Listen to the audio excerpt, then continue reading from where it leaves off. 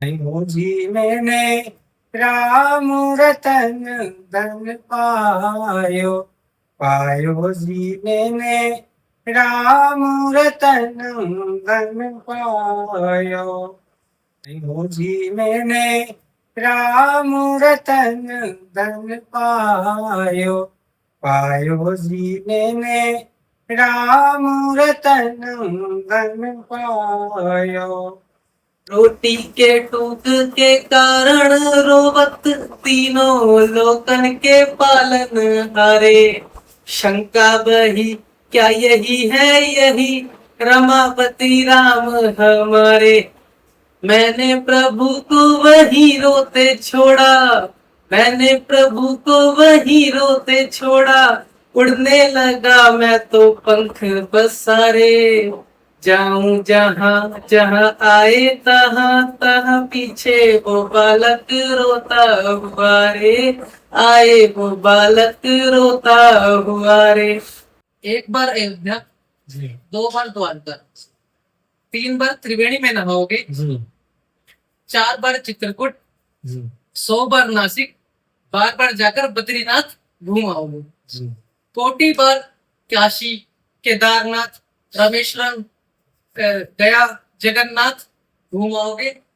जहां होंगे प्रत्यक्ष दर्शन शाम शाम आके, वृंदावन सा आनंद कहीं नहीं पाओगे। तो माया मरी न मन मरा मर मर जात शरीर। आशा तृष्णा मरी कह गए दास कबीर।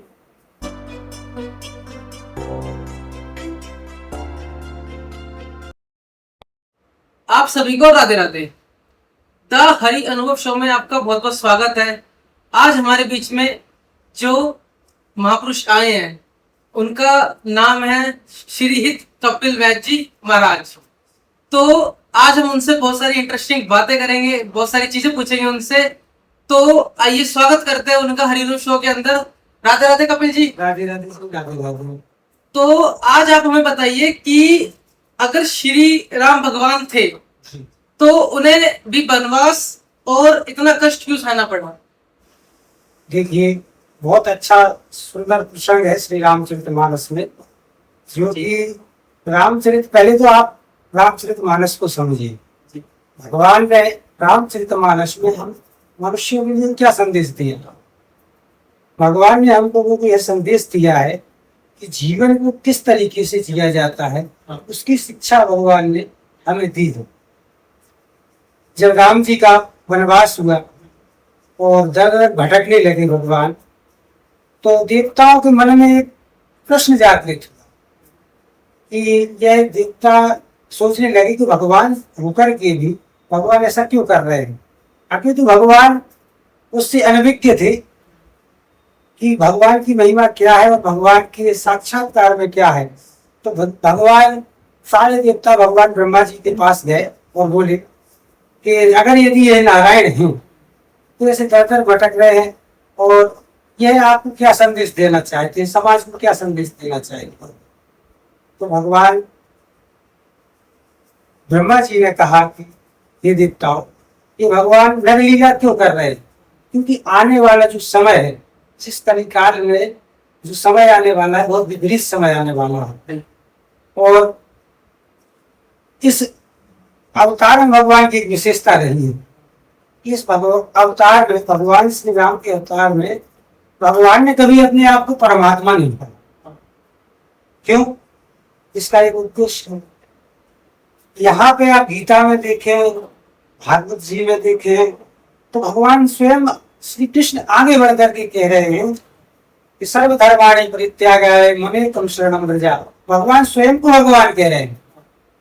कहीं भी आप संवाद में देखेंगे, महाभारत में जिसने भगवान की शरण को प्राप्त किया है, उसमें भगवान श्री कृष्ण ने प्रत्यक्ष रूप से कहा कि मैं परमात्मा मेरी शरण में आ जाऊं। लेकिन श्री राम जी ने सदैव यही कहा है। एक बार लक्ष्मण जी ने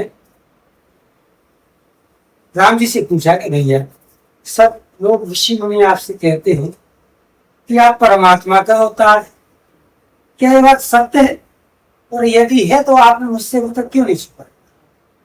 तब भगवान राम उस बात को फिर छुपाते हुए कहा कि देखो लक्ष्मण, परमात्मा सबके भीतर, परमात्मा हमारे भीतर भी है, परमात्मा आपके भीतर भी है। इसको जागृत अवस्था, इस अवस्था में परम तत्व की प्राप्ति के लिए हमें क्या कार्य करना चाहिए, उसको पहचानना की आवश्यकता है। तब लक्ष्मण जी बोले कि भगवान आप भूल भटूल बातें मत कीजिए, और जो मैंने प्रश्न किया है उसका उत्तर आप हमें दीजिए, क्योंकि आप जिस तरीके से हमें समझा रहे हैं वो हमारे प्रश्न का उत्तर नहीं है।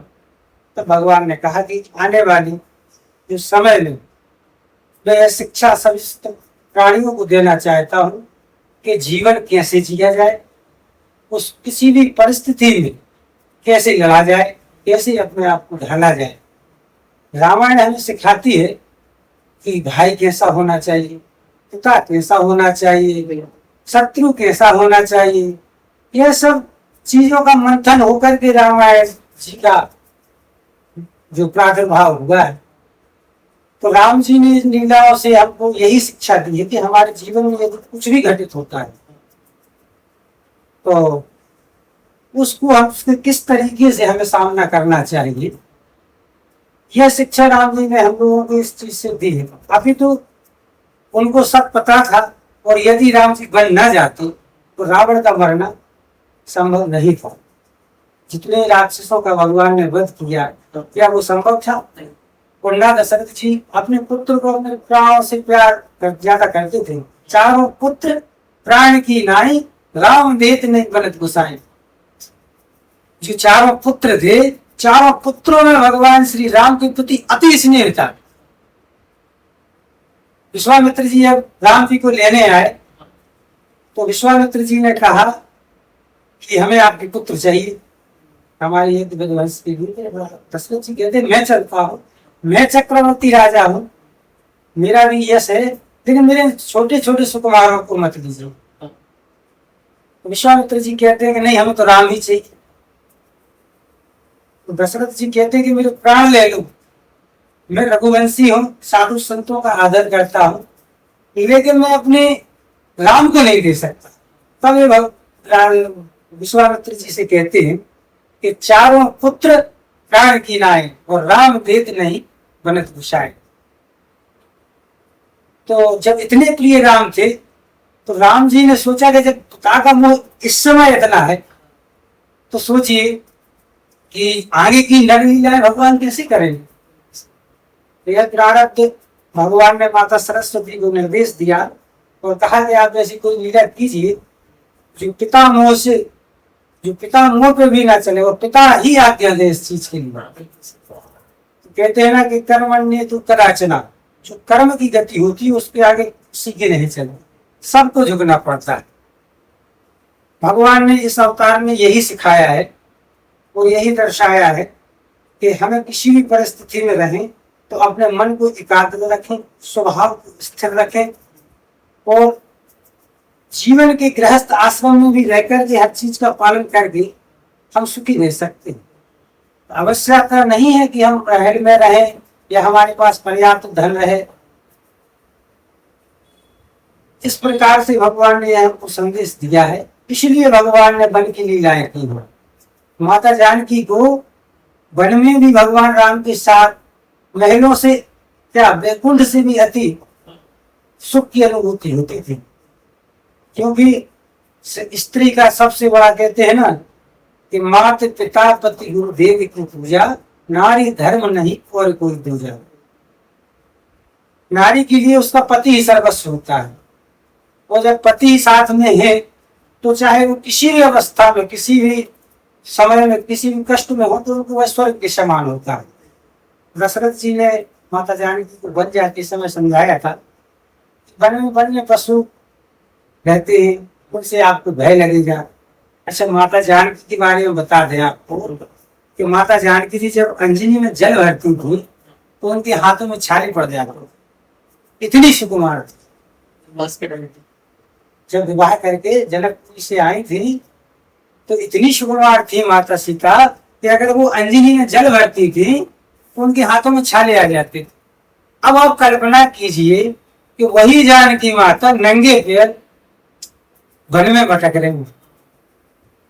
तो वो ग्रह की वेदना को सहन करते हुए वो राम जी के साथ क्यों प्रसन्न है? क्योंकि जो उनके प्राण आधार है और पति ही उनका सब कुछ सर्वस्व है।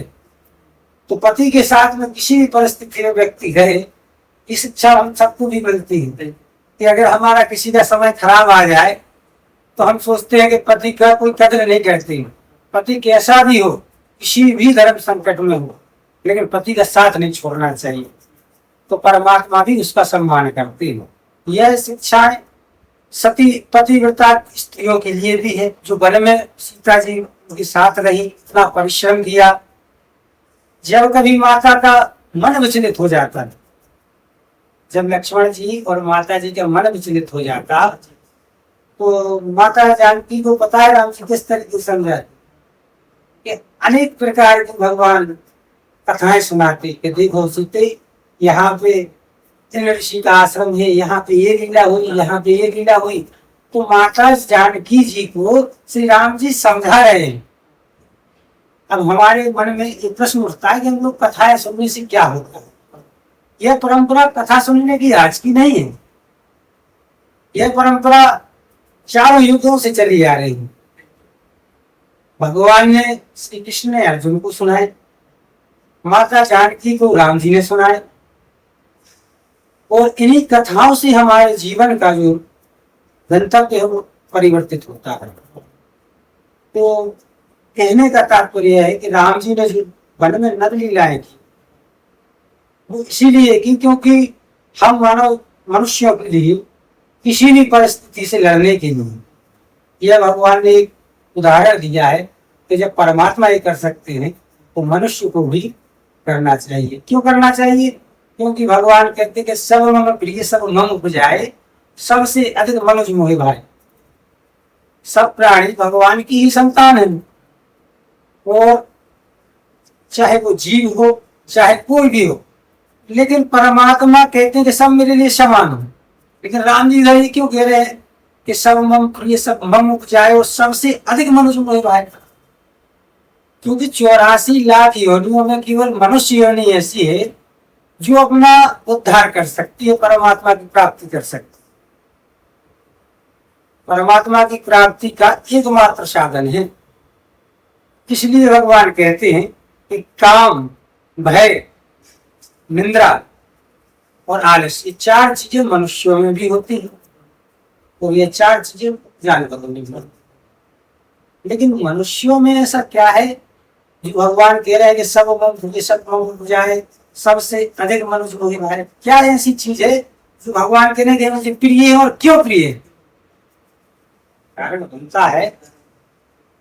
ये इसके बारे में थोड़ा दर्शकों को हमारे बहुत सुंदर प्रसंग है कि काम, निंद्रा, भय और आलस, ये 4 चीजें हम सबको भगवान ने बराबर दी, लेकिन मनुष्य के पास विवेक दिया। विवेक के माध्यम से मनुष्य इस जन्म से, इस पुनरपि जननम पुनरपि मरणम जठति शयनम, इस जीवन मरण के चक्र से छूट सकता है।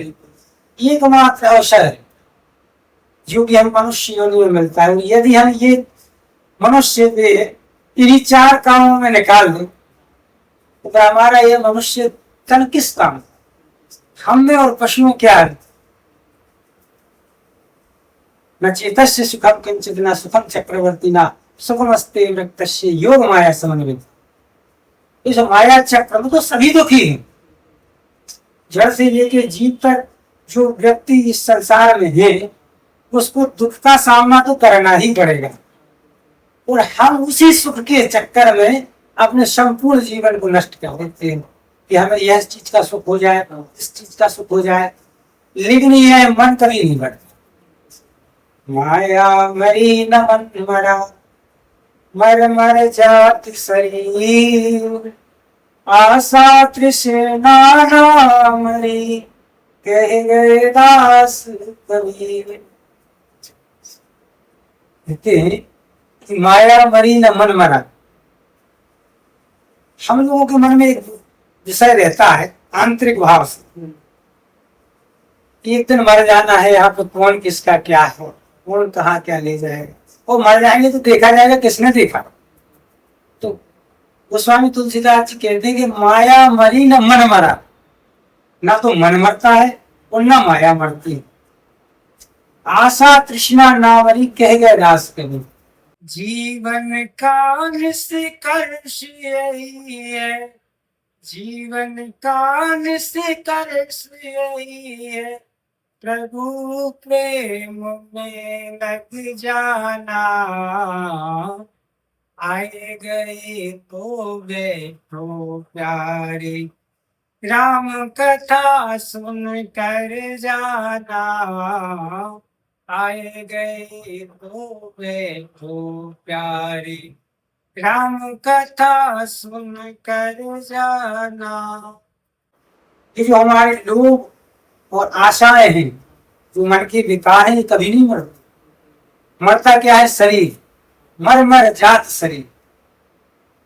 जब हमारा यह शरीर छूटता है, इस शरीर से आत्मा तो निकल जाती है और आत्मा किसी दूसरे शरीर को धारण कर लेती है, लेकिन जो हमारी आशाएं तृष्णाएं जो शेष रह जाती, जो इस जन्म में शेष रह जाती है, मेरा बच्चा है, आए मेरा बैंक अकाउंट इतना है, मेरी कार कहाँ जाएगी, मेरा बैंक बैलेंस इतना, मेरी मकान आलीशान है।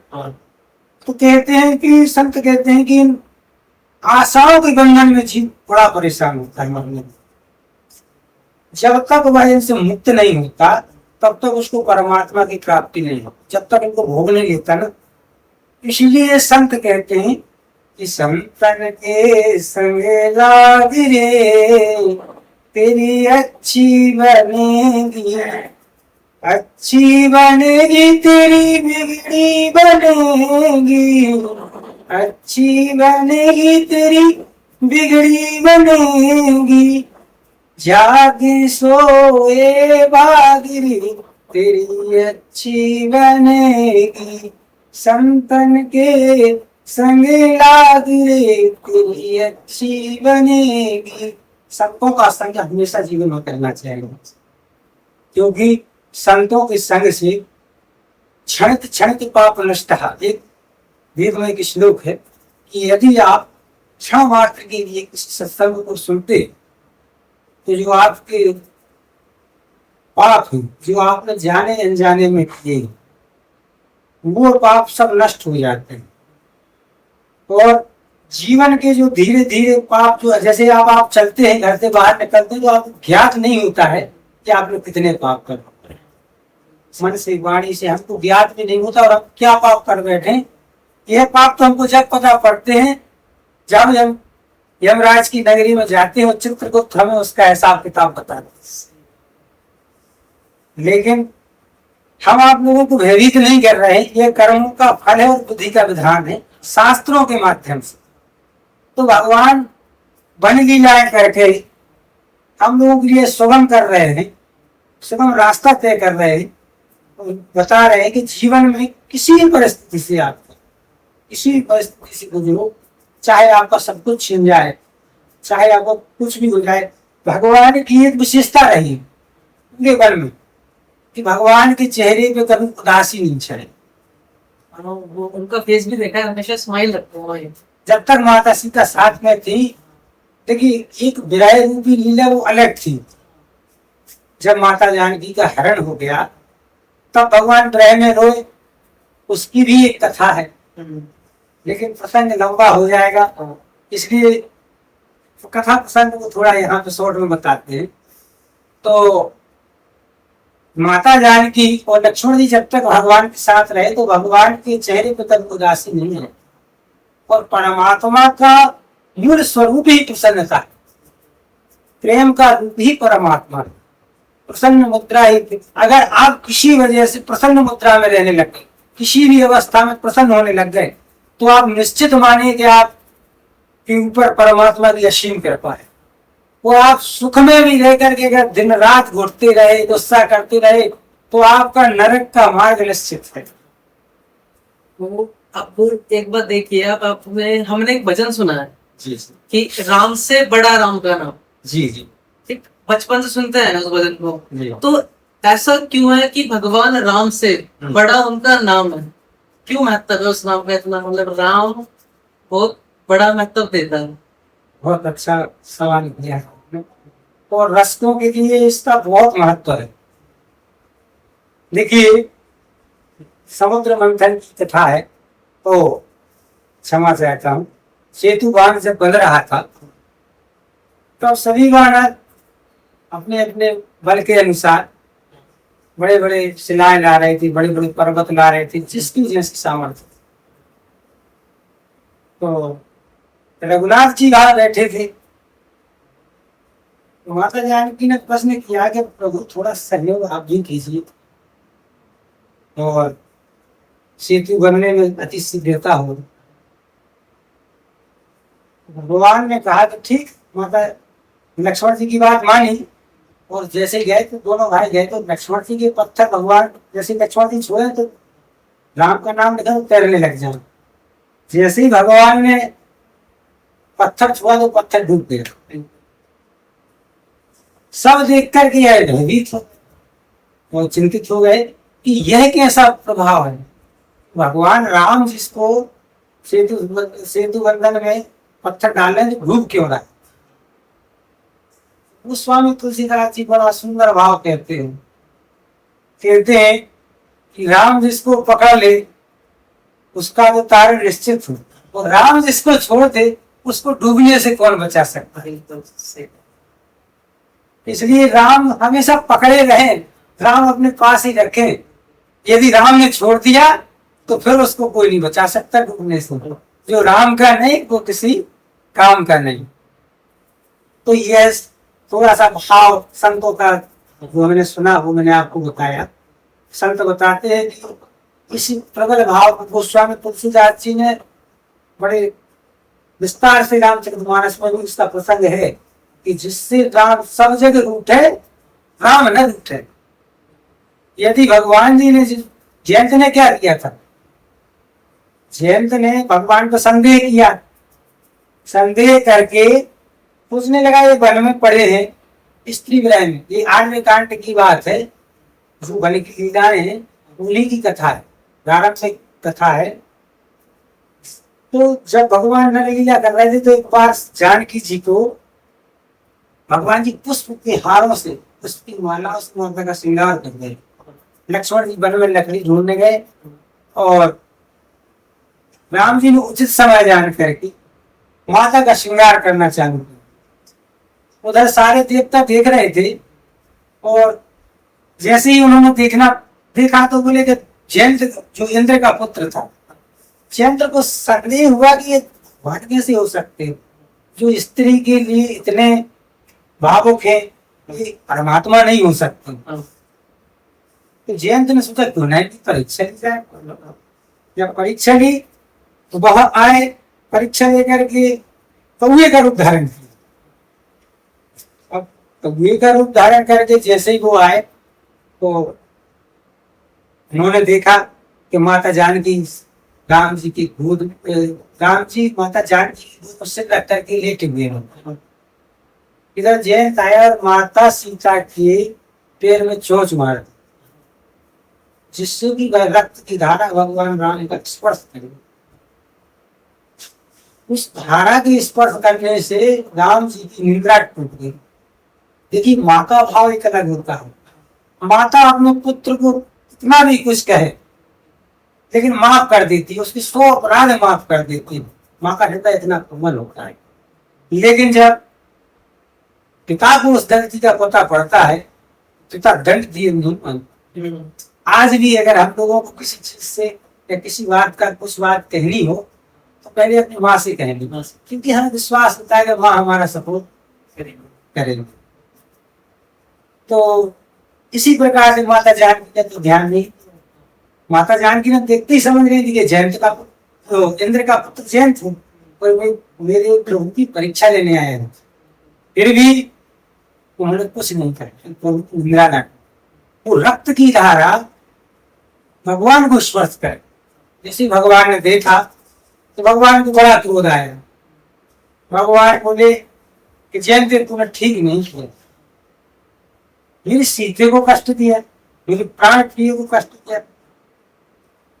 तो जिस आसन में भगवान बैठे थे उस आदि आसन, उसको लेकर के भगवान ने तिनका वो ब्रह्मास्त्र का संशोधन, ब्रह्मास्त्र का मंत्र था, वो मंत्र भगवान ने जयंत के पीछे छोड़। जब लोक में गया, सारे तीनों लोकों में गया, ब्रह्मा जी के पास पहले तो गया अपने पिता के पास कि यह बाण मेरे पीछे चला आ रहा है, अग्निबाण, ये मुझे जला करके भस्म कर देगा, तो ताकि मेरी रक्षा करो, मुझे क्या कर दिया है। तब तो उन्होंने बताया कि राम अपराध कर पड़ा। पिता कहते कि तेरे इस दुष्कृत्य का तो परिणाम मृत्यु है, कि तुझे नहीं बचा सकता, भले तो मेरा पुत्र है। ब्रह्मा जी के पास गया तो ब्रह्मा जी बोले कि ये मेरा ब्रह्मास्त्र है, तो तूने मेरे इष्ट का अपमान किया है, तुझे इससे कोई नहीं बचा सकता, और अगर मेरा बस चले तो मैं एक ब्रह्मास्त्र और छोड़ दूं, क्योंकि अपराध इतना बड़ा किया। जैसे भगवान शिव के पास गए तो भगवान से पहले से ही त्रिशूल लिए ठाड़े कि मेरा जो जिनका मैं 24 घंटे ध्यान करता हूँ, समाधि में रहकर उनकी लीलाओं का दर्शन करता हूँ, आज तूने उन माता सीता का अपमान किया, उनका संशय किया। तो कहते हैं कि जयंत भागा भागा दर दर भटक रहा। तब रास्ते में उनको नारद जी मिले, और नारद जी ने कहा कि जयंत तुम्हारी ये दशा कैसे हुई। देखिए, जब करुणा निदान भगवान की कृपा करनी होती है तब संतों का मिलन होता है। आपके जीवन में यदि परमात्मा कृपा करने की आतुर हो तो परमात्मा की कृपा से ही संतों का दर्शन होता है, संतों का आगमन होता है। कहते ना, बिन हरि कृपा मिले नहीं संता, कहूं सुनाऊं सब विधि सब संता। भगवान का जब कृपा हो गई, जयंत को व्याकुल देख करके भगवान सोचे कहाँ भटकेगा, तब भगवान ने नारद जी को संकेत दिया। तो जैसे ही भगवान का संकेत नारद जी को मिला, नारद जी तुरंत जयंत के साथ प्रकट हो गए। अब जयंत को विश्वास हो गया कि अब कोई ना कोई उपाय मिलेगा। तो जयंत से पूछा कि जयंत तुमने किया क्या, और ब्रह्मास्त्र तुम्हारे पीछे क्या कर रहा है, बताओ तो जरा, हम भी तो समझे इस बात को। नारद जी सब जानते थे, आप ही तो वो उनके मुंह से कहलवाना चाहते। किसी व्यक्ति का अहंकार खत्म करना हो और वो उससे प्रताड़ित हो तो उसके मुंह से निकलवाओ, तब उसके अहम का दमन होता है, अहम का दमन। जब वो अपने अहंकार को बताएगा तो पूरा प्रकट हो जाएगा, समदर्शी हो जाएगा। जिस प्रकार दर्पण के सामने इंसान जाना दे, अपने गुणों को छुपा नहीं सकता। आप दर्पण देखेंगे ना, तो इच्छित अपने दर्पण को देखिए अपने चेहरे में, तो आप अपने अंदर ही कुछ खोजने लग जाएंगे, अच्छाई कुछ बुराई, अपने आप में मंथन करने लग जाएंगे। इसी प्रकार नारद जी कह रहे तुम्हारे मन में क्या है, आप मुझे बता दो, नहीं तो फिर नहीं बच पाओगे। जयंत ने जब सारी लीला बता दी, सारा प्रसंग सुना दिया, तब नारद जी कहते कि मूर्ख, तुमने तो द्रोह किया तो किससे किया। पापा नाम वा सुवा नाम वा पदार्था नाम प्रगण्यमा कार्यम कार्य मारेण ना कश्चित् अपराध देते। जीवन में अपराध तो सभी करते हैं, लेकिन कोई ऐसा अपराध ना करो जो राम सब जगह रूठे, राम न रूठे। कोई ऐसा कार्य हमको नहीं करना चाहिए कि जिससे राम जी को कष्ट हो, और राम जी का अपराध कर देंगे तो वो क्षमा कर दे। लेकिन माता जानकी का क्या कर, इसलिए तुझे यह पीड़ा नहीं है। तो कहते हैं कि राम जी से विमुख हो जाए अगर व्यक्ति, तो वह तो किसी काम का नहीं रहता, जो राम का नहीं किसी काम का नहीं। तो आइए बढ़ते हैं हम अपने तीसरे सवाल की तरफ। हमारा सवाल ये है आपसे, जैसे मान लीजिए भगवान राम को सीता माता से प्रेम होता, वो उनकी प्राण प्रिय थी, फिर उन्होंने उनको वनवास में क्यों भेजा? ये उत्तराखंड में बचपन से दिखता है हमारा रामायण को, तो उत्तराखंड में वनवास में सीता को भेजा जाता है राम जी द्वारा। तो ऐसा उस टाइम पे क्यों हुआ, उस समय देखने को मिला? देखिए, आर्यकांड की बात है, जब भगवान माता सीता बैठी थी वो विचार कर रही थी, तो राम जी ने माता सीता से कहा कि आने वाले समय में मैं नरलीलाएं करूंगा, मुझे बहुत से दैत्यों का सामना करना पड़ेगा, बहुत सी समस्याओं से जूझना पड़ेगा, इसलिए हे सीते, जब तक करहु निशाचर नासा तब तक करो अग्नि में वास। देखिए, राम जी ने वनवास माता सीता को कब दिया है? सीता जी को वनवास जब दिया है जब राम जी रावण को मार करके अयोध्या में वापस आ गए राज्य के लिए। तो बस प्रजा ने उन पे आसन लगाए, और एक राजा होने के नाते जब उन्होंने देखा कि प्रजा सीते पर शक कर रही हो, तो एक राजा का कर्तव्य होता है प्रजा को समान भाव से देखें। ये उन्होंने एक बहुत बड़ी शिक्षा भी दी, जो राजनीति में भगवान, इसलिए भगवान हर चीज में परिपूर्ण, तभी परमात्मा का रूप बनते। परमात्मा में अगर कोई भी कमी निकल आए तो फिर वो परमात्मा नहीं। भगवान महादेव गणेश जी को समझा,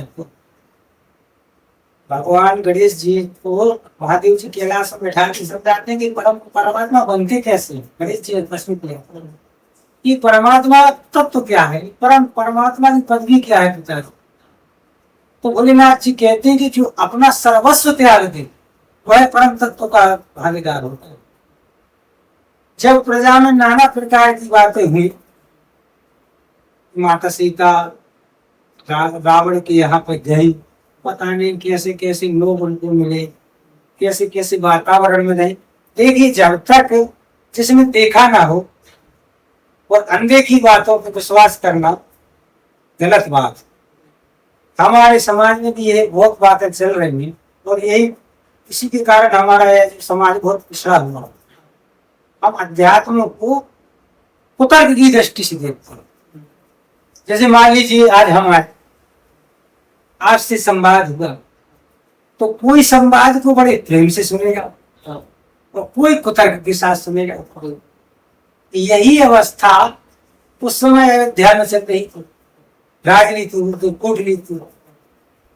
भगवान राम विराजमान हो गए राजगद्दी पे, और रघुवंश की एक परंपरा थी कि परिवार से पहले प्रजा को। जब माता सीता, भगवान राम जी सीता माता को अपने से ज्यादा प्रेम करते थे, खुद से ज्यादा। लेकिन प्रजा के हित के लिए, देखिए अगर प्रजा की नहीं सुनते भगवान राम, तो सारी प्रजा यह कहती कि भाई राजा तो अपने परिवार में ही डूबा रहता है। भगवान राम के चरित्र पे दाग लग गया, तो माता जानकी भी नहीं चाहती थी इस प्रकार की वार्ता ना। और हमको शिक्षा भी मिलती है कि समाज में आप पूरी पवित्रता के साथ रहे, कितने भी अध्यात्म के साथ रहे हो, लेकिन आपको कोई ना कोई लालचन काजल की कोठरी में कैसे हो सियान हो जाए, काजल की कोठरी में कैसे हो सियान हो जाए, एक टीप काजल की पावे सुसुहाए। अर्थात काजल की कोठरी में आप जाइए, तो यदि आपको एक निशान न लगा, ऐसा तो संभव ही नहीं।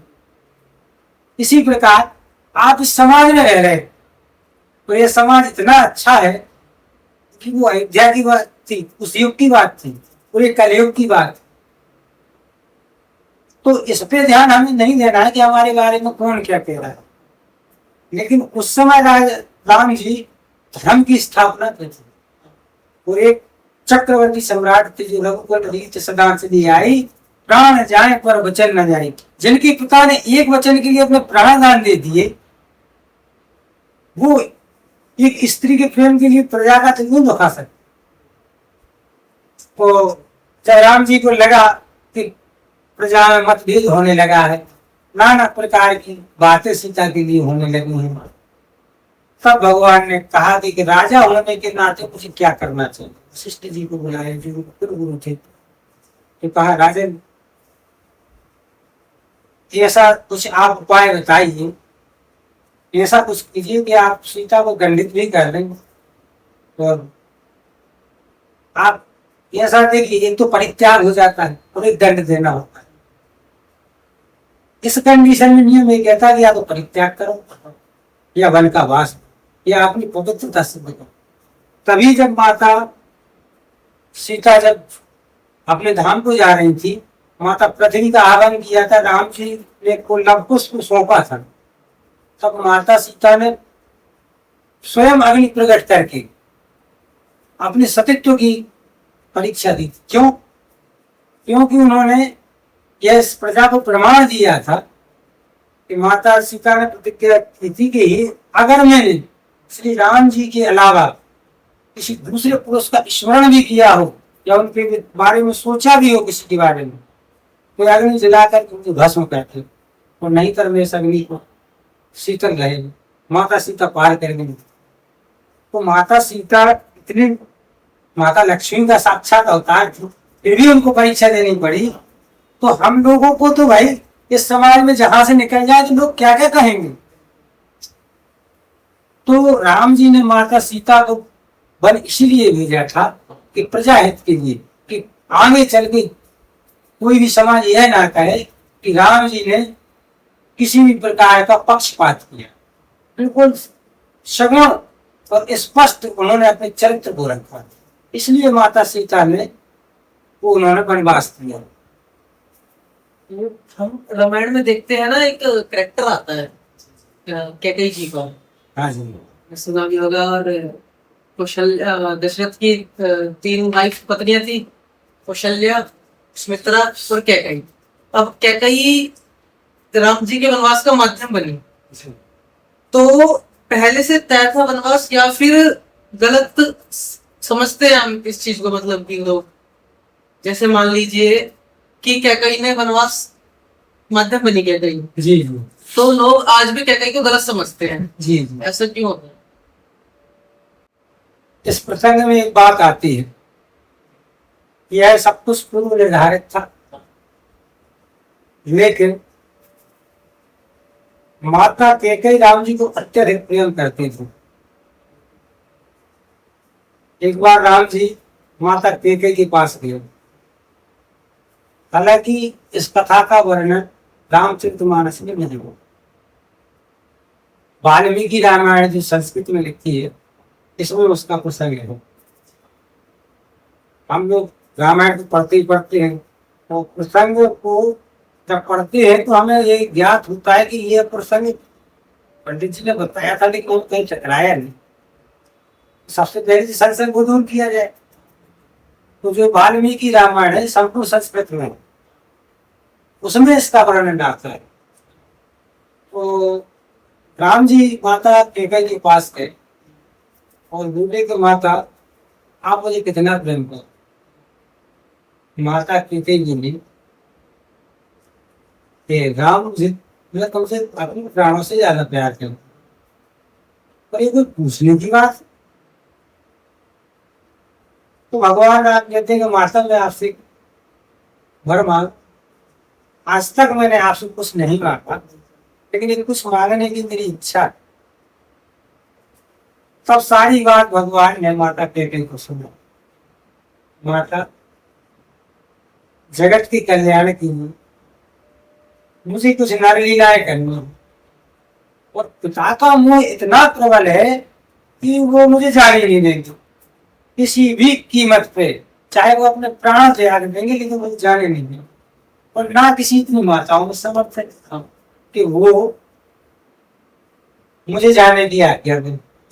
और मेरा अवतार ही हुआ है, विप्रधेनु सुर संत हित दीन मनुज अवतार, मुझे इच्छा निर्मुक्त तनु श्री माया गुण गोपाल, श्यावर रामचंद्र जी की जय। कहते हैं कि माता कैकेयी को कह रहे हैं ये जो पृथ्वी है बड़े कष्ट में है, तो यदि मैं इसी मोह माया में फंसा रहा, माता जी पिताजी की सेवा में फंसा रहा, तो मैं जगत का कल्याण कैसे करूं? ये जो भाव है, देखिए भगवान अवतार किस किस के लिए धारण कर कह रहे हैं कि विप्र धेनु सो संत है। विप्र मतलब ब्राह्मण, धेनु मतलब गाय, और संत। जब इन पर अत्याचार होने लग जाए, समाज में इनका अपमान होने लग जाए, तो भगवान विवश हो जाते हैं पृथ्वी पे अवतार लेने। और कह रहे भगवान की माता कह गई, यदि मैं इस जन्म में ये लीला करता रहा तो तुम जगत का उद्धार कैसे करूंगा? ब्राह्मण संत और गायों को इतना अत्याचार हो रहा है, इसकी रक्षा कौन करेगा? इसलिए माता आप ही हो, मुझे पूर्ण विश्वास है कि आप ही अपने राम को वन भेज सकते हो 14 वर्ष के लिए। मुझे 14 वर्ष का वनवास दिला दो माँ, और इसके लिए आपको अपयश का सामना करना पड़ेगा। सारा जगत आपको गलत दृष्टि से देखेगा, आपको कितनी हीन भावना रखेगा। यदि आप अपने राम से प्रेम करती हो तो आपको ये बलिदान देना पड़ेगा। तब माता कहती कि राम, कि मान अपमान की चिंता तो उसको होती है जो अहंता में, मेरा तो सर्वस्व राम के नाम है, सारा जगत मेरे खिलाफ हो जाए, बस मेरा राम मेरा रहे, इसके अलावा मुझे कुछ नहीं समझ। और मैं तुम्हारे लिए है जो कलंक है वो अपने ऊपर धारण करोगी, और जो वचन मैंने राजा जी से चाहिए मुझे, उन 2 वचनों के माध्यम से मैं वन भेजूंगा। तो माता के को भी ये ज्ञान था। और पूरे रामचरितमानस को उठा के देख लीजिए, राम जी ने माता केकई को कभी अशब्द नहीं कहे। जब भरत जी राम जी को लेवाने के लिए वन में गए तो भरत जी ने कहा कि उस पुत्र केकई का मैं पुत्र हूं, इस बात को मुझे सुख है। भरत जी से भगवान राम जी फटकार के कहते हैं, क्रोधित होकर कहते हैं कि मेरी माता के खिलाफ मैं शब्द नहीं सुनूंगा। इतना प्रेम। और जब तीनों माताएं वन में पहुंची हैं तो सबसे पहले केकई से मिले होगा। तो इसका गुण रहस्य यही है कि जिस मां ने अपने पुत्र के लिए अपमान अपयश, और जब तक यह सृष्टि रहेगी तब तक अपमान सहने का बोझ सहन, उससे बड़ी माता कौन हो सकती है? तो अब कैकेयी ने मतलब कि प्रभु ने माता कैकेयी की बात मानी। तो आप ये देखिए, अगर मान लो कैकेयी वरदान ना मांगती राजा से और वनवास ना होता तो रावण का वध भी ना होता। तो मतलब कि सब कुछ पहले से ही तय है, मतलब कि सब कुछ लिखा हुआ है कि हाँ ये आज होगा या ये कल होगा। जी जी, भगवान की जो लीलाएं होती हैं वो पहले से ही निर्धारित हो जाती है। कहते हैं ना, हमारे भारतवर्ष में एक श्लोक बोला जाता है, संकल्प कर ओम विष्णु विष्णु विष्णु विष्णु आज्ञा पर्वते वैवस्वन मंत्री अष्टावन सप्तम कलयुग के प्रथम चरण। इसका अर्थ समझिए आप बताइए, हमें तो समझ में नहीं आया इसका। अष्टावन सप्तम 28 बार कलयुग आ चुका है। 28 बार राम जी का जन्म हो चुका है, 28 बार कृष्ण जी का जन्म हो चुका है, 28 बार कलयुग आ चुका है। तो यह क्रम चलता आ रहा है।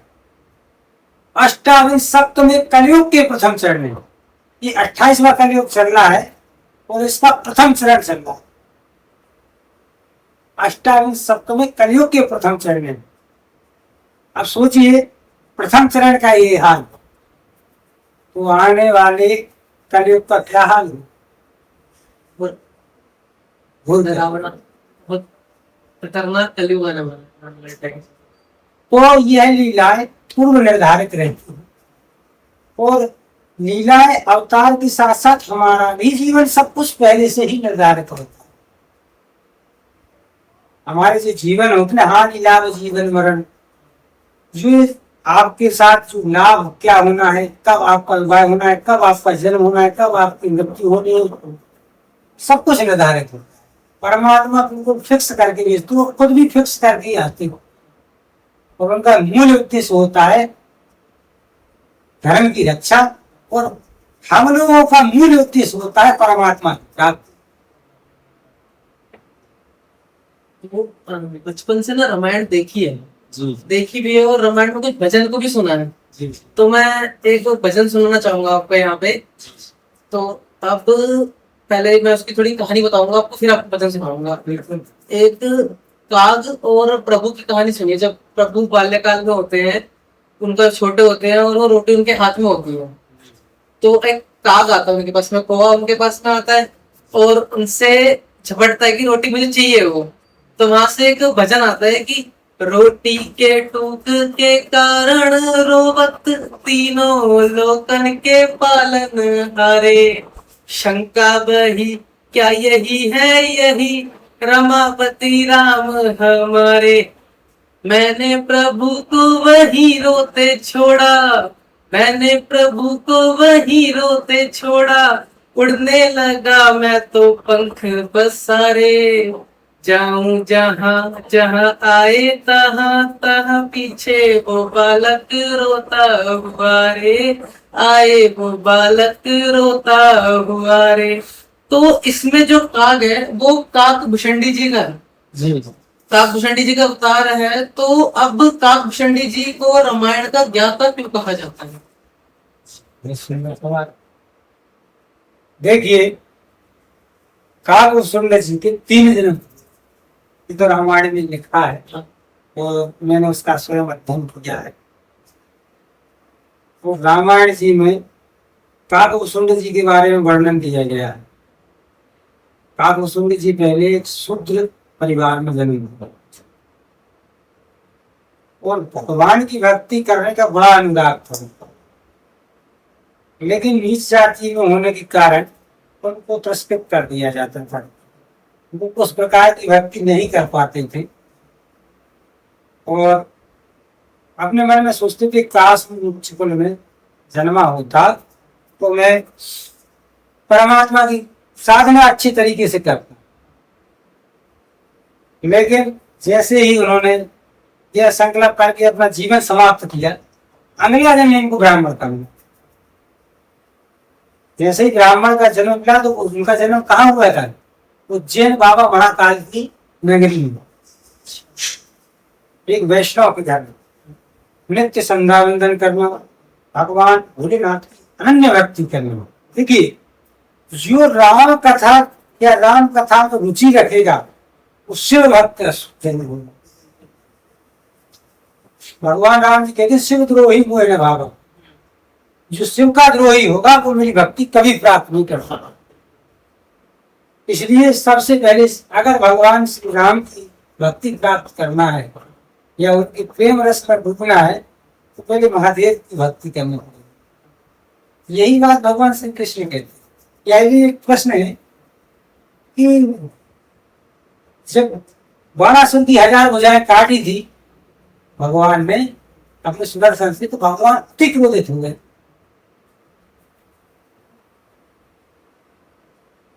तब उनका प्रोत्साहन भोलेनाथ जी ने किया। इसी प्रकार भगवान शिव कहते हैं कि राम द्रोही मुझे नहीं भाता, और राम जी कहते हैं कि शिव द्रोही मुझे नहीं भाता। काकभूषुंड जी अपने नित्य क्रम में लगे रहते। जब संतों ने कहा उनसे कि आप बगैर गुरु दीक्षा के आपकी कोई सेवा स्वीकार नहीं होगी, पहले आप अपना गुरु वर्ण कीजिए, तब आप परमात्मा की प्राप्ति कर सकते। आजकल हम लोग समाज में देख रहे हैं कि कहते हम तो हनुमान जी को गुरु मानते, हम तो भोलेनाथ जी को गुरु मानते हो, लेकिन अभी तो ये गुरु परंपरा के खिलाफ। किसी ऐसे भक्त का नाम आप बताइए जिसने गुरु ना बनाया। आप सब, हम सब भक्तमान की हजारों कथाएं जानते हैं, किसी एक भक्त को आप बता दीजिए कि जिसने गुरु ना बनाया। मीरा जी हुई, प्रहलाद जी हुए, ध्रुव जी हुए, कोई भी एक भक्त जिससे परमात्मा ने जिसको हृदय से अपनाया है, उसका ऐसा कोई बता दीजिए जिसका गुरु ना हो। गुरु एक ऐसा साधन है जो परमात्मा के द्वार तक आपको छोड़ करके रहता है। कहा तो वसुंधरा जी को कहा चलो बना लेते हैं गुरु। गुरु ने मंत्र दिया, गुरु बना लिया, लेकिन गुरु को जब जो जो उनको चाहिए था गुरु जी से उन्होंने ले लिया, तो फिर गुरु का अपमान करने लग गए। अपमान, अभी तो जब गुरु जी आ जाते तो काव्य वसुंधरा जी देखते भी नहीं। ये गुरु गुरु परंपरा की एक बात है कि यदि गुरु आ रहा है तो गुरु का सम्मान करना सबको करिए। गुरु गोविंद दो खड़े काके लागू पाऊं, और बलिहारी गुरु आप गोविंद दियो बता। यह कृत्य महादेव को बहुत क्रोध लगा। महादेव की सेवा कर रहे थे, महादेव को प्रसन्न करने की मुद्रा में थे, और महादेव के सामने ही गुरु का अपमान, जबकि गुरु परंपरा को सर्वोपरि मानते हैं। ताड़कासुर ने जब नंदी को प्रहार किया तो नंदी मूर्छित अवस्था में गिर पड़े। ताड़कासुर के लिए भगवान ने अपना त्रिशूल निकाल लिया मारने के लिए कि आज तू जिस स्वर्ग की कामना के लिए तूने मेरे नंदी को प्रहार किया, आज मैं उस स्वर्ग को ही नष्ट कर दूंगा और तुझे भी नष्ट कर दूंगा। जब भगवान ने त्रिशूल उठाया तो गुरु शुक्राचार्य जी उनके सामने आ गए। वो बोले महादेव यह मेरा शिष्य है और इसको आप मेरे सामने नहीं मारो। भले आपका क्रोध इतना भयंकर है कि त्रिलोक को जला के नष्ट कर सकता है, लेकिन ये मेरा शिष्य है और गुरु के होते हुए शिष्य का पतन हो नहीं सकता। महादेव कहते हैं कि देख ताड़कासुर, तेरे गुरु के कारण आज तेरे प्राण बचे हैं। यही गलती काव्य जी ने।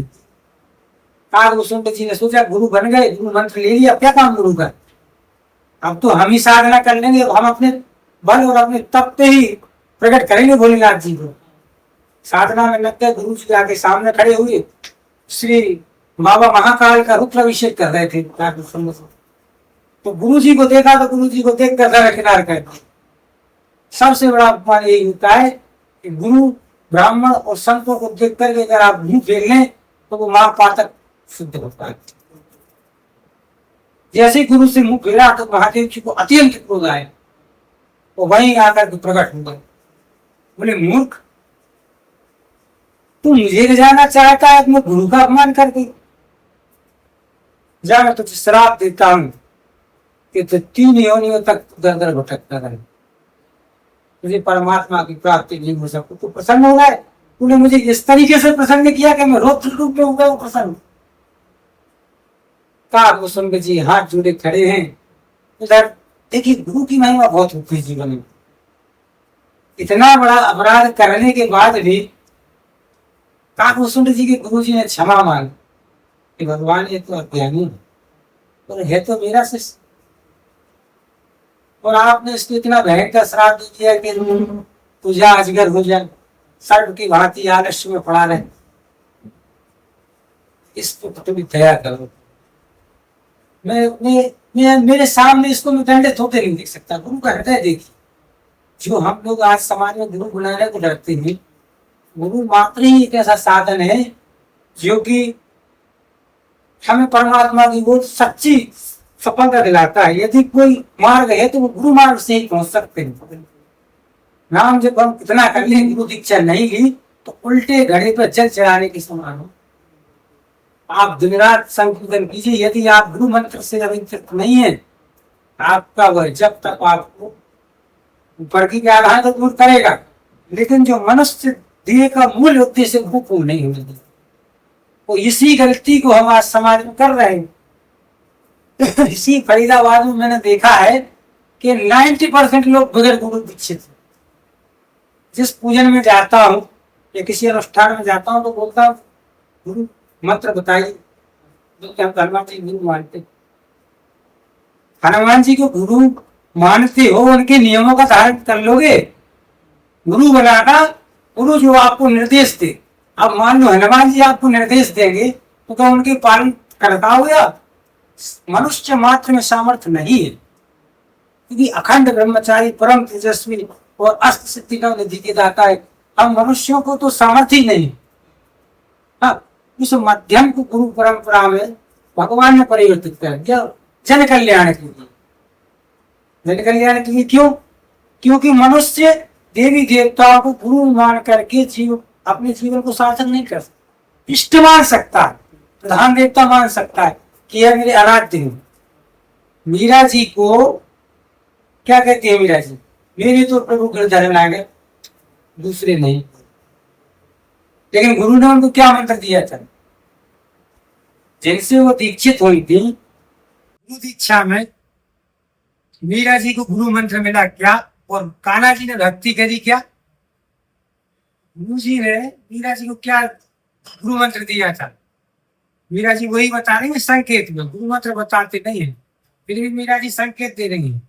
पायु जी मैंने राम रतन धन पायो, पायु जी मैंने राम रतन धन पायो, वस्तु अमोलिक दी मेरे सतगुरु, वस्तु अमोलिक दी मेरे सतगुरु, कृपा कर अपनायो, पायु जी मैंने राम रतन धन पायो, पायु जी मैंने राम रतन धन पायो, जन्म जन्म की पूंजी पाई, जन्म जन्म की पूंजी पाई, जग में सभी को मायो, पायो जी मैंने राम रतन धन पायो, पायो जी मैंने राम रतन धन पायो, खर्चा न खोटे चोर न लूटे, खर्चा न खोटे चोर न लूटे, दिन दिन बढ़त सभायो, पायो जी मैंने राम रतन धन पायो, पायो जी मैंने राम रतन धन पायो। मीरा जी कितना सुंदर भाव कह रही। मीरा जी कह रही खर्चा न टूटे, मतलब इसमें कोई खर्चा नहीं है और ना कोई चोरी का डर। राम नाम की इतनी बड़ी महिमा है कि ना तो इसको चोर लूटने वाला है और ना ही ये घटने वाला है। दिन दिन बढ़त सभायो, पायो जी मैंने राम रतन धन पायो, मीरा के प्रभु गिरधर नागर, मीरा के प्रभु गिरधर नागर, हरस हरस जस गायो, पायो जी मैंने राम रतन धन पायो, पायो जी मैंने राम रतन धन पायो। गुरु मंत्र से मीरा जी को राम का गुरु मंत्र मिला, लेकिन वह स्मरण किसका करती थी? ठाकुर जी का स्मरण करती थी, गिरधर गोपाल का स्मरण करती थी। तो उस गुरु मंत्र के प्रभाव से ठाकुर जी रीझ गए और ठाकुर जी मूर्ति का भेदन करके मीरा जी के सामने प्रकट हुए। तो गुरु मंत्र की महिमा इतनी है। महाराज आपकी बातों से एक प्रश्न मेरे अचानक से दिमाग में आया कि जैसे आप बता रहे थे कि हनुमान जी को गुरु मान लेते हैं लोग जी, और लोग मान लेते हैं गुरु जी शिव जी को गुरु जी मान लेते हैं। ठीक है, तो आज के जो जनरेशन चल रही है उसमें गुरु बनाना इतना इम्पोर्टेंट क्यों है, इतना जरूरी क्यों है गुरु बनाना? देखिए, गुरु का जो जीवन में बहुत महत्व रहता है। हमारे जीवन में कुछ संस्कार होते हैं जो कि सबके लिए अनिवार्य होते हैं। एक तो बचपन में जो बाल्यावस्था में उम्र काल का जो होता है ना, वह संस्कार होता है। एक विवाह में जनेऊ संस्कार होता है, एक अंतिम संस्कार होता है, और एक गुरु दीक्षा वाला संस्कार होता है। ये जो 4-5 संस्कार हैं, ये प्रयत्न जीवन हमारे जीवन में बहुत महत्वपूर्ण होती है। इनके बिना मनुष्य पूर्ण नहीं होता। कहते हैं कि यदि गुरु दीक्षित वाला जीव कभी मुक्ति को प्राप्त नहीं होता, इस मृत्यु लोक में भटकता है। यानी सुनिए, और गुरु के बारे में, गुरु किसको बनाए, कैसे बनाए, ज्यादातर लोग, देखिए बात थोड़ी कड़वी है लेकिन शास्त्रबद्ध तरीके की बात, जो नियमित बात है। आप किसी सन्यासी को गुरु नहीं बना सकते। अगर आप गृहस्थी में है तो आप किसी सन्यासी को गुरु नहीं बना सकते। यह मैं वेदों में दिखा दूंगा आपको। आज ही मैं अध्ययन कर रहा था, तब लिखा था, इसमें पढ़ रहा था उस चीज को, उसमें स्पष्ट रूप से लिखा था कि गृहस्थी इंसान को, जो गृहस्थ में है, उसको कभी सन्यासी से दीक्षा नहीं लेनी चाहिए। उसको किससे लेनी चाहिए? वेद पाठी ब्राह्मण से या किसी विद्वान से जो कि गृहस्थ से संबंधित हो। और जो सन्यासी होते हैं वो सन्यासी को ही दीक्षा देते। अब जैसे मन में एक संशय उत्पन्न होता है कि बहुत से शिष्य श्री परम पूज्य श्री प्रेमानंद जी महाराज को गुरु मानते हैं, वो सन्यासी। तो सन्यास धारण करने के लिए कुछ नियम है, लेकिन उनका सन्यास प्रबल है। लेकिन कुछ लोग सन्यास के बाद पिंडदान कर देते हैं। वैसे सन्यासी से हमको दीक्षा नहीं लेनी चाहिए। जो प्रिया प्रीतम के नित्य भाव में रहे और अपने आप को अनुगत उन्हीं की सेवा में समर्पित कर दे, उसे दीक्षा दे सकते हैं। लेकिन जो व्यक्ति अपना पिंडदान कर दे, उस व्यक्ति को, गृहस्थी व्यक्ति को, उससे कभी गुरु दीक्षा नहीं लेनी चाहिए। यह सतर्कता रखनी चाहिए। वो गुरु माध्यम से ही परमात्मा की प्राप्ति है। यदि आपने गुरु को प्राप्त नहीं कर पाया तो आपका जो भजन है, तप है, दान है, सब कुछ व्यर्थ है।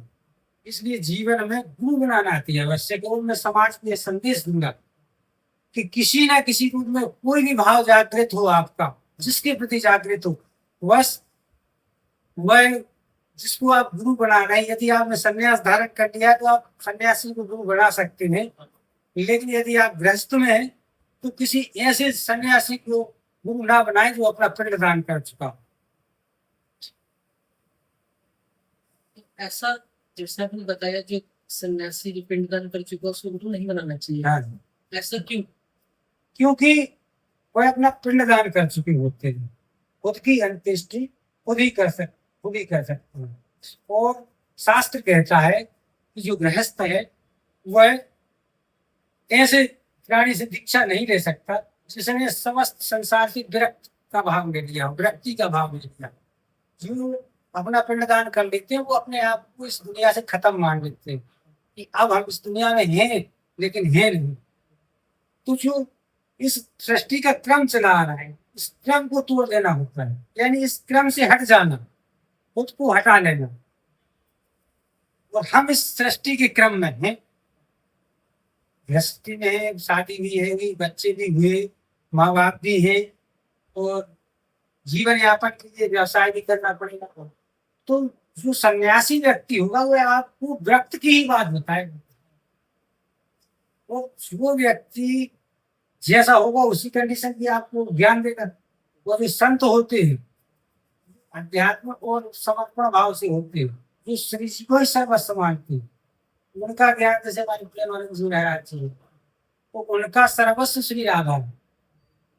और वह उपदेश भी यही देते हैं कि गृहस्थ में रहो, गृहस्थ बुरा नहीं है, सबसे कठिन है गृहस्थ आश्रम, जिससे कि आप अपने परिवार को चलाते हैं और परमात्मा से जुड़े रहते हैं। तो सबसे कठिन है। प्रेमानंद जी महाराज जी भी कहते हैं, कभी ये नहीं कहते कि तुम छोड़ करके मेरे पीछे आ जाओ, वृंदावन वास करो। जहां रहो, जिस अवस्था में रहो, हरि नाम संकीर्तन करना चाहिए। प्रेमानंद जी महाराज के यही उद्देश्य। और गुरु बनाने का एक ही उद्देश्य है कि गुरु बनाने से बगैर गुरु के आपका कोई भी दान, पुण्य, कीर्तन सफल नहीं होगा। और गुरु बनाने में सतर्कता रखें। जो कि मैंने आपको बताया, किसी सन्यासी से आप दीक्षा नहीं ले सकते। प्रेमानंद जी महाराज जी, क्योंकि यह सवाल बड़ा है, हमारे मन में भी खड़ा हुआ था सवाल कि सन्यासी तो प्रेमानंद जी भी उनका कोई नहीं है, लेकिन वो जो संप्रदाय से जुड़े हैं वो युगल स्वरूप सरकार संप्रदाय है। श्री हित संप्रदाय, राधा वल्लभ संप्रदाय से प्रेमानंद जी ने दीक्षा ली है। तो वो संप्रदाय का उद्देश्य है सर्वे भवन्तु सुखिनः, सर्वे सन्तु निरामयाः, सर्वे भद्राणि पश्यन्तु मा कश्चित् दुःखभाग् भवेत्। संपूर्ण जगत में प्रेम का प्रचार करना, वो संपूर्ण जगत में प्रेम फैलाना ही, यही है संप्रदाय का उद्देश्य। ये हम आपसे ये जानते हैं कि श्री कृष्ण ने मथुरा को छोड़कर द्वारका क्यों बसाई? देखिए, भगवान को रणछोड़ क्यों कहा गया? भगवान के एक तो श्राप लगा हुआ था कि वह राजा भाव में नहीं रह सकते, राजा के रूप में नहीं रह सकते। द्वारका में भी रहे तो राजा बन के नहीं रहे, और मथुरा में भी रहे तो महाराज कृष्ण को ही राजा बनाया था उन्होंने, खुद राजगद्दी को नहीं बोलते थे। तो जिस कारण से भगवान ने ब्राह्मणों के गर्दन पे काले बन में छुरी रख दी और कहा कि यदि इस बार मैं नहीं जीता तो गर्दन उड़ा दी जाएगी। अच्छा, भगवान विष्णु के परम हितैषी, तो जब देखा कि मैंने इसको कई बार युद्ध में हरा दिया और ये मानेगा नहीं, तो जैसे ही भगवान ने जब 51 बार उसको जरासंध ने भगवान पे 21 बार चढ़ाई की थी। 21 बार चढ़ाई करने के बाद 22 बार उसने ब्राह्मणों को बंधक बनाया, और ब्राह्मणों को बंधक बना करके उनसे कहा कि यदि मैं श्री कृष्ण पे विजय नहीं प्राप्त किया तो हार करके आऊंगा, तो सत्य धर सिर से अलग करता। भगवान ने विचार किया कि भाई मेरे कारण यदि किसी ब्राह्मण की जान जाए, इससे अच्छा है कि मैं ऐसे राज्य को छोड़ दूं। तब जरासंध ने जैसी चढ़ाई की 21वीं बार, तो भगवान ने सोचा कि क्यों ना इस नगरी को ही छोड़ दिया जाए। मूल कारण तो शास्त्रों में यही है, भाव से कुछ भी अगर कहा जाए, लेकिन भगवान ने तो इसी कारण से छोड़ा, तो मथुरा इसी कारण से छोड़ा। जरासंध ने 21 बार चढ़ाई की थी, 22वीं बार ब्राह्मण को बंधक बनाया, और बंधक बनाने के बाद प्रतिज्ञा दी कि अगर मैं इस बार नहीं जीता तो ब्राह्मणों की हत्या करूंगा, गौरों को काटूंगा। इनके हित के लिए भगवान ने द्वारका की। तो आइए अब हमसे ये जानते हैं कि वृंदावन के 7 ठाकुर हैं, तो उनके बारे में बताइए कि 7 ठाकुर कौन कौन से हैं वो, और वो कहाँ कहाँ पर स्थित है? सबसे पहले आपको बताना चाहेंगे कि 7 ठाकुर जी हैं राधा कमल, राधा श्याम सुंदर, राधा गोपीनाथ जी, राधा मदन मोहन जी, राधा दामोदर जी, गोपीनाथ जी। और देखिए, मैंने जहां तक पढ़ा है कि बिहारी जी का नाम नहीं है, लेकिन है, ये भी मैं कहता हूँ कि है, लेकिन लोगों के अलग अलग मत हैं। लोगों के अलग अलग मत है कि ठाकुर बिहारी जी का नाम उसमें नहीं, लेकिन है।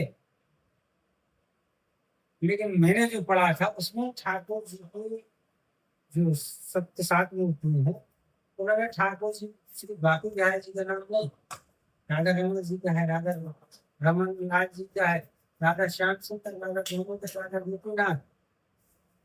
लेकिन राधा वल्लभ जी को बाकी बिहारी जी का नाम ना सुनते तो बड़ा आश्चर्य। लेकिन जो हित हरिदास संप्रदाय की जो कुछ इतिहास है, उसमें श्री राधा वल्लभ लाल जी और श्री बाकी बिहारी जी का वर्णन है। अष्टयामूर्ति बोलते हैं, अष्टयामूर्ति श्री बाकी बिहारी जी का नाम है। और चैतन्य शास्त्र में जो है उसमें बिहारी जी का नाम नहीं है, इसलिए इसमें टिप्पणी करना वो उचित नहीं समझता कि क्या सत्य है वो क्या। अच्छा, जो मूर्तियां प्रकट हुई हैं ये अपने अपने, जैसे बाकी बिहारी जी को स्वामी श्री हरिदास जी ने अपनी भक्ति से उत्पन्न किया, ऐसे ही राधा रमण लाल जी नेपाल के जो सारे से प्रकट हुए। एक ठाकुर जी को मीरा जी दे गई थी अपने ससुराल। ऐसे नाना प्रकार की भक्तों ने अपनी साधना से ठाकुर जी को प्रकट किया है और सेवा की है, और वो वृंदावन में स्थित है। कथाएं तो अनन्य है, लेकिन हरि अनंत हरि कथा अनंत। सभी ठाकुर जी की कथाएं बहुत अनंत हैं। अगर हम बिहारी जी का ही प्रसंग सुनाए बहुत लंबा होगा, लेकिन संक्षिप्त में यही बात है कि सभी गोस्वामी जी ने अपनी अपनी सेवा से, अपनी तपस्या से इन अष्टयामूर्तियों को प्रकट किया और इनकी सेवा की। जैसे वहां पर है सातवें सदर ठाकुर। देखिए, राधा गोविंद देव जी जयपुर में है, और बाकी के मेरे ख्याल से सब वृंदावन में है। विराजमान है वृंदावन में। ये जानते हैं, जैसे मान लीजिए कि आपके नाम श्री हित कपिल वैद्य जी महाराज है ना, तो इसमें श्री हित का मतलब क्या है? देखिए, यह संप्रदाय का जो जिससे मैं दीक्षित हूँ, मेरे गुरु जी श्री हित समदास जी हैं जिनसे मैं दीक्षित हूँ। तो एक गुरु नाम गुरु द्वारा दिए जाते हैं। तो हित संप्रदाय, राधा वल्लभ संप्रदाय में वे श्री हित से शिष्य को अलंकृत किया जाता है। आप उससे संप्रदाय से दीक्षित हुए हैं तो वह नाम आपके आगे जुड़ जाएगा। अब आप उस संप्रदाय के हो, अब वही आपका एक परिकर है, वही आपका एक परिवार का हिस्सा है। जैसे कि अब हमारा पूर्व का नाम था पंडित कपिल वैद्य जी, तो हम जुड़े थे किससे? वैद्य, सरनेम वैद्य से जुड़े थे। ऐसे ही जब गुरु दीक्षा का जब संस्कार होता है तो गुरु द्वारा एक नाम दिया जाता है, एक परंपरा में बांधा जाता है। इसी परंपरा को संचालित करते हुए गुरु लोग अपनी परंपरा के अनुसार नाम देते हैं। तो राधा वल्लभ संप्रदाय में जैसे ही आप दीक्षित होते हैं किसी भी गुरु के द्वारा, तो आपके गुरु आपको श्री हित से जोड़ देंगे। अच्छा, श्री हित का मतलब एक और भी, वो तो गुरु परंपरा द्वारा हो गया, लेकिन सारे जगत में श्री जी का ही स्वरूप देखना, श्री जी का ही चिंतन करना और सारे जगत को प्रेम की दृष्टि से देखना, यही एक श्री हित का एक अर्थ है।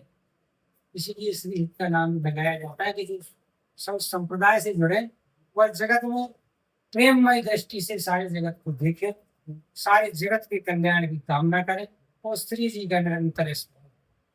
इसलिए भी श्री हित की उपाधि इसकी अध्यात्म की दृष्टि से है और गुरु नाम से इसका संबोधन। आपकी बातों से ना मुझे एक तो व्रत ऐसे याद आ रहा है, बहुत अच्छा है और सुनने में भी अच्छा लगता है मुझे। एक बार अयोध्या, 2 बार द्वारका, 3 बार त्रिवेणी में नहाओगे, 4 बार चित्रकूट, 100 बार नासिक, बार जाकर बद्रीनाथ घूम आओगे, 40 बार काशी, केदारनाथ, रामेश्वरम, गया, जगन्नाथ घूम आओगे, जहां होंगे प्रत्यक्ष दर्शन शाम शाम आके वृंदावन से आनंद कहीं नहीं पाओगे। तो बोलिए राधे राधे। राधे तो राधे। आप ये बताइए, इस जो मैंने अभी रसिक बताई है, जी। वृद्ध रसिक, तो इसका मतलब बताइए हमारी दर्शकों को कि इस पे प्रकाश डालिए।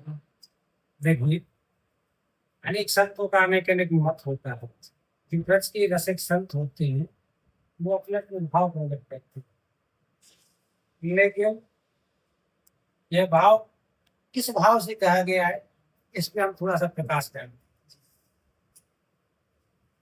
जब माता यशोदा और नंद बाबा वृद्ध अवस्था को प्राप्त हो गए, देखिए ये एक भाव जो कवि जो आपने बोला है, भाव आनंद स्वरूप ब्रज की महिमा को दर्शाता है।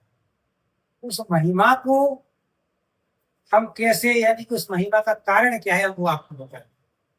ये जो आपने बोला एक भाव है, अति सुंदर है, वो रसिकों का भाव है, लेकिन ये भाव उत्पन्न कहाँ से हुआ ये हम आपको बताएं। मैं भी जब मैंने सुना था, मैं भी जिज्ञासा थी मुझे जानने की कि मैं जरूर महाराज जी से पूछूंगा इसके बारे में। जी बताइए। आज श्री जी की कृपा हुई और जरूर श्री जी के आशीर्वाद से मैं जितना मुझे ज्ञात है मैं आपको बताता हूँ।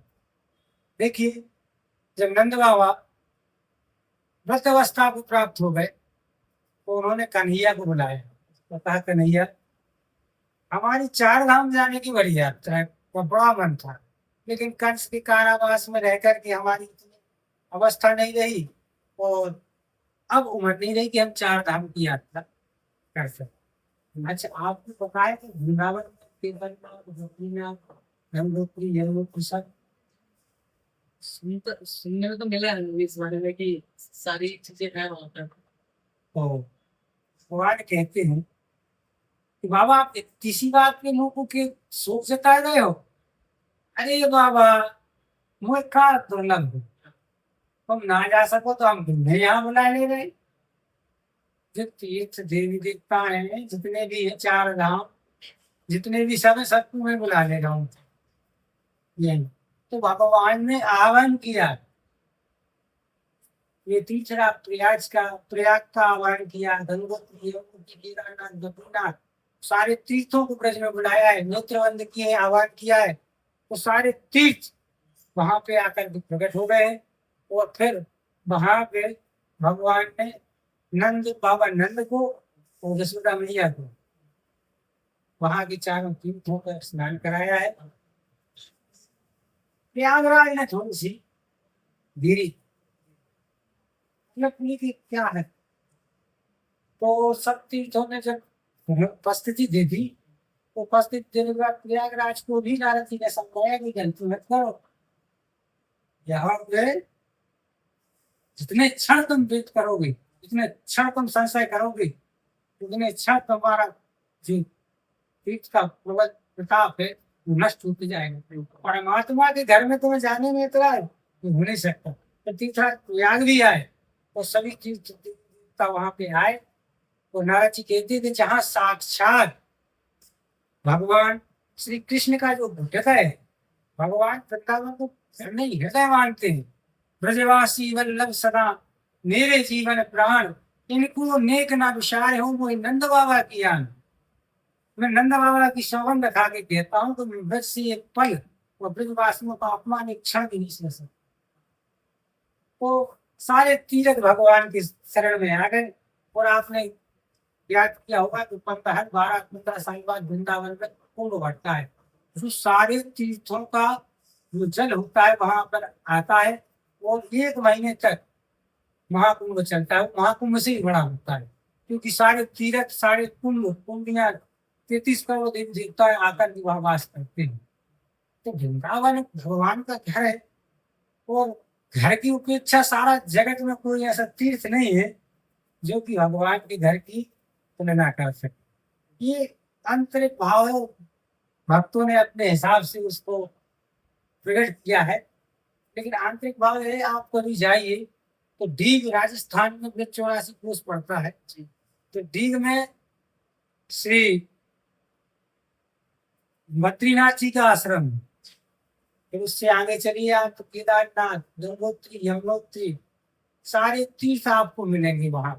और आपको फील भी हो जाएगा। केदारनाथ जी जाएंगे तो एकदम ऊंची चढ़ाई है, ऊंची चढ़ाई जाकर के बाबा ऊंची टीले पे बैठे हैं और वहां का दृश्य देखेंगे आप, वहां के पत्थर ही सफेद, ऐसा लगता है जैसे मान लीजिए कि बर्फ की सीढ़ी हो। अभी मैं बरसात के समय पे मैं जाके आया, अपनी मम्मी को लेके गया था। हमारी माता जी ने भी कभी देखा नहीं था, क्योंकि चार धाम जाना था। मैं चलो जैसे नंद बाबा ने कराया था, आज मैं आपको कराने चला। तो हम आप सभी लोग से यही कहेंगे कि एक बार चार धाम की यात्रा करके आए। 84 कोस में ही पड़ता है, लेकिन 84 कोस ना दे पाए तो चार धाम की यात्रा अवश्य करें। कुछ धाम ऐसे हैं वृंदावन में जिनसे अनभिज्ञ हैं। हम केवल मथुरा, वृंदावन, गिरिराज, बरसाना, चार धाम। लेकिन जहाँ भगवान की लीलाएं हुई हैं, भगवान ने वहां भी वही प्रताप है। अब आप भांडीगढ़ का नाम सुना, वहां पे 70% लोग नहीं जानते। कुछ लोग नियम बनाए हैं कि वृंदावन जाओ, बरसाना जाओ और गिरिराज जी की परिक्रमा लगा के सीधे घर। लेकिन वो भांडीगढ़ का महत्व ही नहीं जानते। भांडीगढ़ में जो मक्के की रोटी मिलती है ना, और मक्खन, बड़ा अद्भुत स्वाद होता है। कभी आप जाइए तो वहां तो बड़ा आनंद आता है। मानसरोवर, भांडेरवन, कोकिलावन, बंसीवट। बंसीवट के बारे में आप लोगों ने सुना होगा। उस वृक्ष के नीचे आज भी आप अपने ध्यान लगाइए कानों से, तो वहां पे ध्वनि आती है। जहाँ बैठ के भगवान ने बंसी बजाई थी, वहां आप बैठ कर के कान लगाइए तो आपको कोई ना कोई ध्वनि सुनाई देगी। ये प्रत्यक्षीकरण है, यानी कि भगवान साक्षात ही ब्रज में है, तो फिर उसकी उपेक्षा कौन सा तीर्थ हो सके। तो अभी जैसे आपने बताया कि 33 करोड़ देवी देवता, अब मैंने लोगों से सुना भी और देखा भी कि 33 करोड़ देवी देवता एक गाय में भी माने जाते हैं। तो ऐसा मतलब लोग क्यों मानते हैं कि गाय में 33 करोड़ देवी देवता है? देखिए, जब सृष्टि की रचना हुई थी, तो सृष्टि की रचना के समय भगवान गाय अभी की नहीं, गाय ब्राह्मण ये अभी के नहीं। सृष्टि के प्रारंभ में ही संपूर्ण देवी देवताओं का वास। कहते हैं ना कि गाय, पृथ्वी गाय का रूप धारण करके ब्रह्मा जी के पास गई थी। यह धर्म का स्वरूप माना जाता है, और धर्म के अंतर्गत ही सारे देवी देवता है। धर्म का स्वरूप है गौ, तो धर्म में ही सारे देवी देवता। एक शॉर्टकट में यही आपको समझा सकते हैं। विस्तार बहुत बड़ा है, लेकिन धर्म का स्वरूप जो माता है, वो धर्म के अंतर्गत सभी देवी देवता आते हैं। सब धर्म से विपरीत कौन है बताइए? धर्म में सभी आते हैं। परमात्मा जो धर्म कहते हैं ना, सनातन धर्म, वो धर्म ही परमात्मा है। वो धर्म का रूप कौन? सर्वमात्मा। चलिए आज हम अपनी कन्वर्सेशन को यहीं पे समाप्त करते हैं। तो राधे राधे कपिल जी। राधे राधे जी। और ऐसे ही अच्छी अच्छी बातों को जानने के लिए, सुनने के लिए जुड़े रहिए हमारे साथ में, और हमारे चैनल को सब्सक्राइब करिए, लाइक करिए। और आपको राधे राधे, आप सभी को भी। हमारा और आप सभी के लिए बहुत बहुत धन्यवाद। आपने हमें यहाँ पे बुलाया हरी चर्चा के लिए, मन बहुत प्रसन्न हुआ। और आप सभी लोगों के लिए मैं एक संदेश भजन के माध्यम से दूंगा और अपनी वाणी को विराम दूंगा। जीवन का निष्कर्ष यही है, जीवन का निष्कर्ष यही है, प्रभु प्रेम में लग जाना। आए गए तो गए तो प्यारे, राम कथा सुन कर जाना। आए गए तो गए तो प्यारे, राम कथा सुन कर जाना। उत्तम बने विचार यही, मतलब ये राम कथा का। उत्तम बने विचार यही, मतलब ये राम कथा का। पर प्रिया का मन में आवाज हो व्यथा का, कुल परिवार ओढ़ ले प्यारे, कुल परिवार ओढ़ ले प्यारे, यह चादर बुन कर जाना, आए गए तो वे तो प्यारे, राम कथा सुन कर जाना, आए गए तो बैठो प्यारे, राम कथा सुन कर जाना, कथा प्रेम की पावन गंगा, निर्मल बहती जाए, कथा प्रेम की पावन गंगा, निर्मल बहती जाए, भक्ति भाव की शीतल लहरें, भक्ति भाव की शीतल लहरें, अंत तक टकराए, कुछ बातें सुनने लायक, कुछ बातें सुनने लायक, कुछ बातें भूल कर जाना, आए गए तो वे प्यारे, राम कथा सुन कर जाना, आए गए तो वे तो प्यारे, राम कथा सुन कर जाना, जीवन काल से करस आई है, जीवन काल से करस आई है, प्रभु प्रेम में लग जाना, आए गए तो वे उठो प्यारे, राम कथा सुन कर जाना। बोलिए वृंदावन बिहारी राज की जय जय, जय श्री राधेश्याम। श्रीमद रामचंद्र की जय। काशी विश्वनाथ भगवान की जय।